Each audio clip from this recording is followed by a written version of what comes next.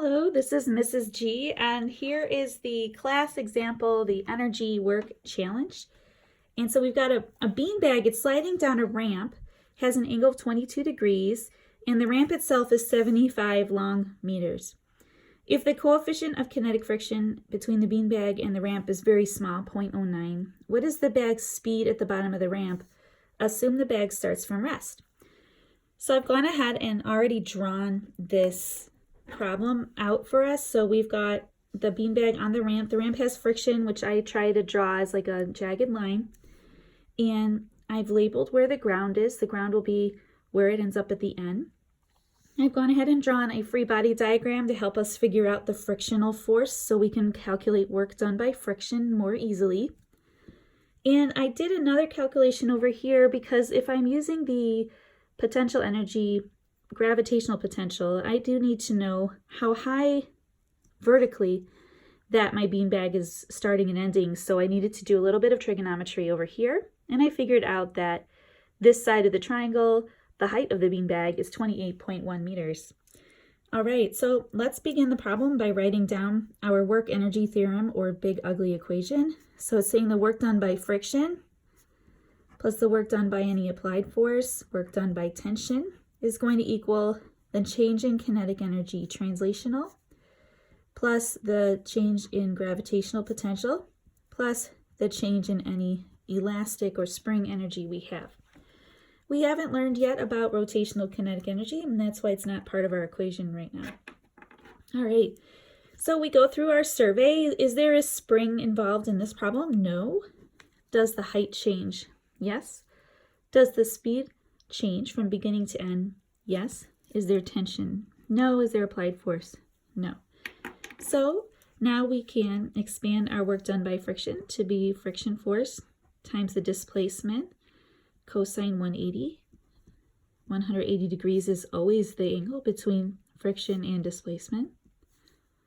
Translational kinetic energy will expand into 1/2 mv final squared minus 1/2 mv initial squared.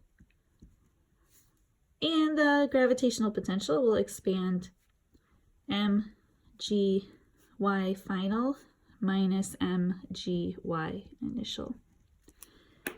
All right, so using our accordion strategy where we expand the equation and then we cancel or delete some terms and then expand again.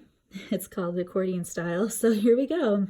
Let's see, of our gravitationals, which one is canceled?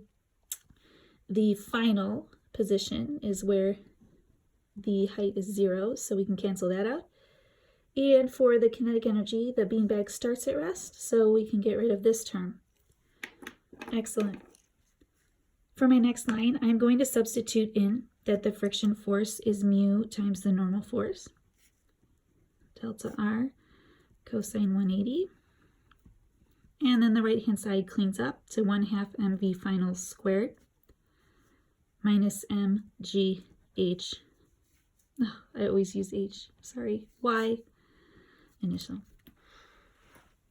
Now let's substitute in what the normal force will equal. If I look at my force diagram over here, because the object has no acceleration in my y direction, the normal force is going to equal mg cosine 22 degrees. Notice I am not using theta. That's because we have the theta from the work equation. We also have theta from our force diagram from trigonometry, and those two thetas, they mix you up.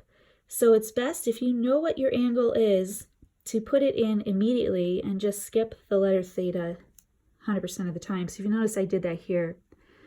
I put 180 degrees immediately for the theta value for the work done by friction, and I put 22 degrees immediately for the theta value for this component of the gravitational force. Okay, so mu mg cosine 22, and then delta R is going to be how much displacement does the object go when it's under the frictional force, and that's going to be 75 meters. Oh wait, I'm not putting that in yet though. I'll put it in soon. Cosine 180, 1/2 mv final squared minus mgy initial. Now check it out. What can we cancel out? The masses, right? M, just like that, which is great because I don't know if you noticed, but they don't give you the mass. So we are testing our hope. Okay, so mu for this problem is very small, 0.090. G is 9.8. Cosine 22. If you're using a calculator, please make sure you use parentheses as much as possible. 75 meters for that displacement. And I'll put -1 for the cosine of 180 equals 1/2 v final squared minus 9.8. And the initial height we calculated up here already is 28.1 meters. And after you do that math, you end up with a final speed. I got 20.7 meters per second, which is rounds really nicely to 21 meters per second.